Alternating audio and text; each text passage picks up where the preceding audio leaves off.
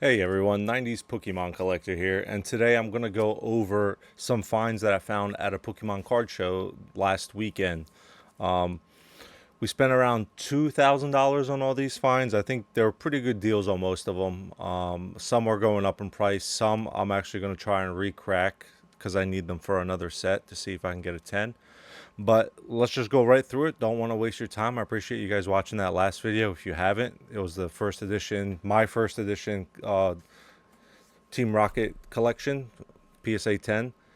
So let's just go through this. So I'm wearing gloves today. I was working on my truck. I couldn't get all the dirt out of my fingernails, so I don't want to disgust any of you guys. So this is why I'm wearing gloves today. But let's just go through it. So first of all, we have a PSA 10 2000 Neo Genesis Steelix Hollow.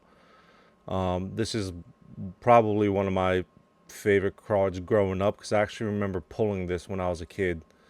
Um, and that's why I bought it, because I just have so much nostalgia with this card. It reminds me of my mother who passed away a few years ago, because I remember when she actually got me this exact pack where I pulled this. So this one is definitely going to stay in my collection long term just because of that attachment I have to it. Here's another one. So here's a Game Boy Promo Dragonite from 1998.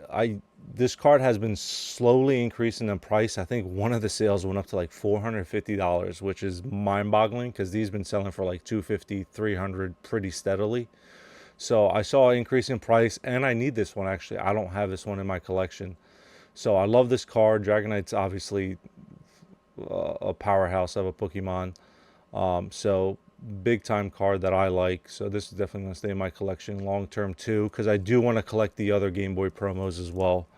I think it's like Venusaur and a couple more. So love that one. Here's a PSA 10 1998 Rockets Moltres.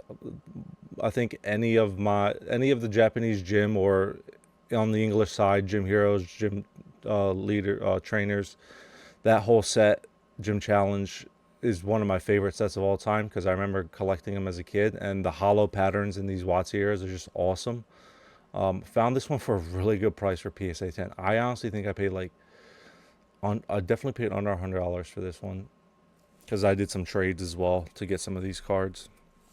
Here's another one of those gym challenge cards. Here's Misty's Tentacruel, PSA 10. Obviously, it's one of my favorite today as well. Just love the hollow, love the little glitter that you see going on there. It's freaking, in my opinion, I love it.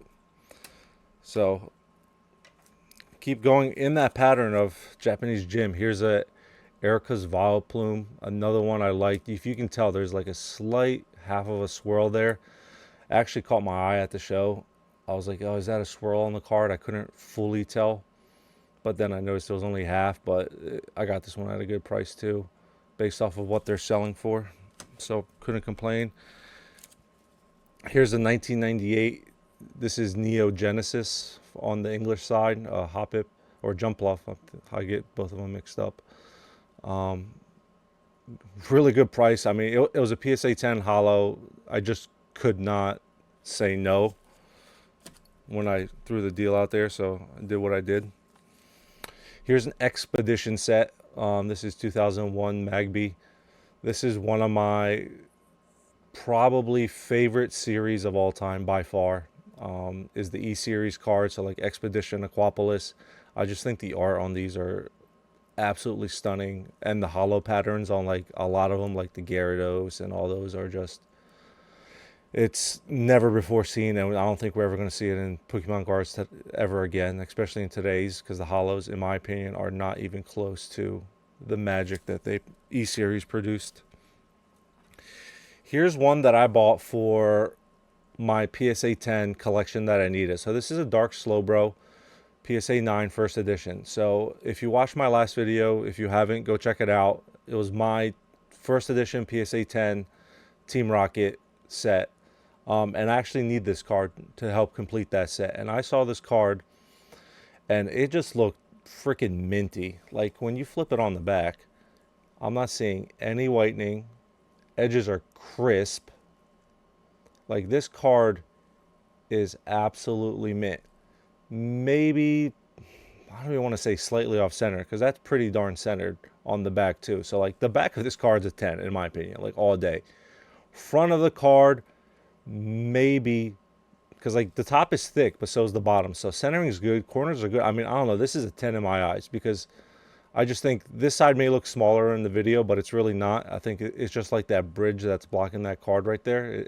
It's pretty much pretty centered. So I'm gonna crack this, try to get a 10, because a 10 on this card has been selling for about like $600-ish, $600, and I need it for my collection. So I'm gonna crack this one, send it in, see how it goes. And then here are some Charizards that I picked up. Never could say no to Charizards. This is a PSA 7 Dark Charizard. I mean, as you guys know, I love Team Rocket set. So this Dark Charizard, beautiful card. I remember pulling, so the English version of this card in Holo was the first Holo Charizard I ever pulled, ever, from a pack when I was a kid in 2000 when this set came out on the English side. So I picked up a PSA 7, picked up a PSA 6. Got great deals on these cards. I mean, you can never not say no to picking up Charizards that are graded and Holo from the WotC era. And then here's another gym set. This is Gym 2 from the Japanese side. Blaine's Charizard. Love this card as well. If you can see, it's not a full swirl, but right here, see where my finger's at, there's a slight, like, not a swirl, but it's just a hollow pattern that's there. Kind of looks like a swirl, so that caught my eye. But love these cards. So that's what I picked up. I mean, it's around $2,000, I would say, total. So these cards I love. So I always pick up any holos. I mean, I only grab 10s unless it's obviously a Charizard or it's a big name card, then obviously I'll go under. But I try to grab 10s as much as possible, just because that's where the value's at. Long-term holds, but it's also not for the money. Some of these cards are super nostalgic for me, have some meaning from when I started collecting in the 90s. So I appreciate you guys watching. Let me know what you guys like, what you don't like, what do you think of these cards. So I know what kind of videos to give you guys. I can go through more of my collection, pop up some of the cases, see what you guys like. But like always, appreciate you guys for watching.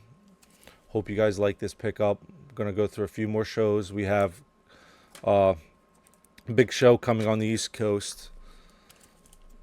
Hopefully I'll spend as much money as I possibly can to see what I can grab. But that's coming in June, so next month. But thank you guys for watching. As always, reach out to your loved ones. Tell them you love them. Life's too damn short. And everyone for the community that loves Pokemon and everything that we do. Appreciate you guys for watching. Like, subscribe, comment. Tell me what you think. Tell me what you like. And then hopefully in the next video, we can show you some more goodies. As always have a whole bunch of different type of things in my collection. So maybe I'll pull it out for you guys. Let me know what you think. Appreciate you guys for watching. Stay